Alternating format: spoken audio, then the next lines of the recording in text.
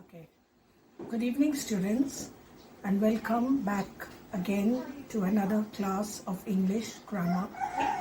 Last Wednesday, we did phrases and clauses.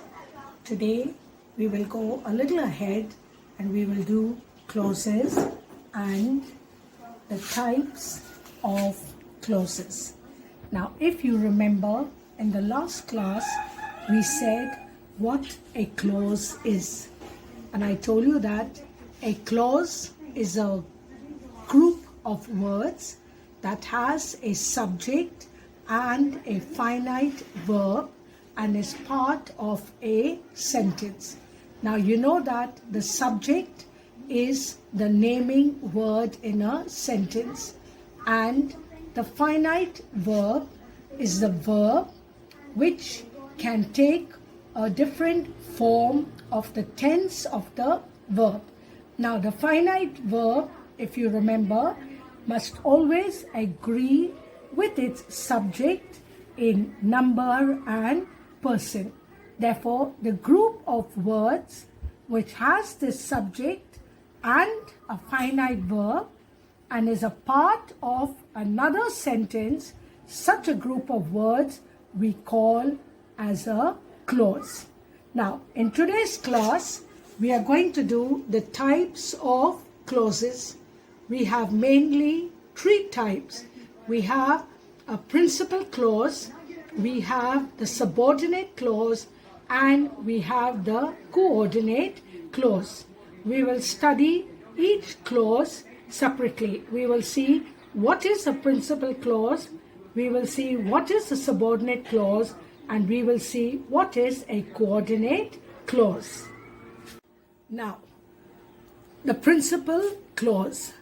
The principal clause is also called as the main clause or an independent clause. Now, the principal clause has a finite verb with a subject and it makes complete sense. I told you that the subject is the naming part of the sentence.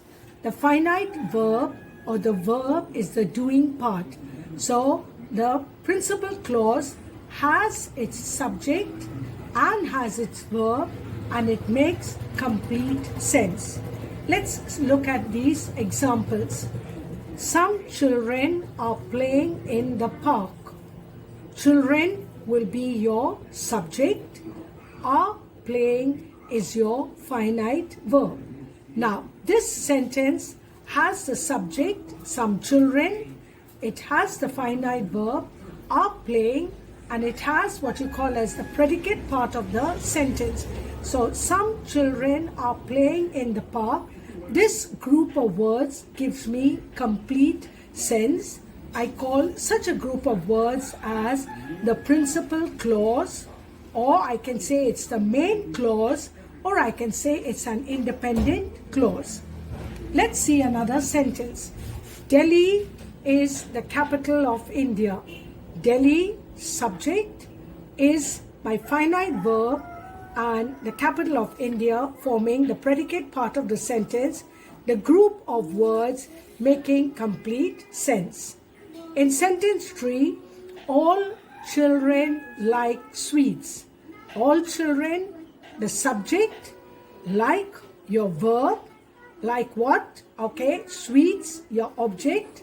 All children like sweets makes complete sense. Therefore, you will see that in sentence 1, in sentence 2, and in sentence 3, we have finite verbs and we have subjects, and all these three sentences make complete sense. Such kind of groups of words are called the principal clause. Now, we will go on to see what is a subordinate clause. The subordinate clause. The subordinate clause is also called as the dependent clause. Now, the subordinate clause has a subject and has a verb. However, it does not make complete sense on its own. Unlike the principal clause, which has a subject and a verb, it makes complete sense. But the subordinate clause, it depends. It's called a dependent clause. That means it depends upon another part of a sentence to make complete sense. On its own, it will not give you complete sense. Let's look at the examples. God helps those who help themselves. Who over here is the conjunction joining this clause to this part of the sentence. Now, who help themselves? This does not give me complete sense on its own unless it has the first part, God helps those. So when it is joined with God helps those in other words, God helps people, and who over here is the relative pronoun standing for those, and those over here we know are people. Therefore, who help themselves, who over here stands for people. People help themselves when God helps them. Therefore, you will find that in a subordinate clause, the clause depends upon the main part of the sentence.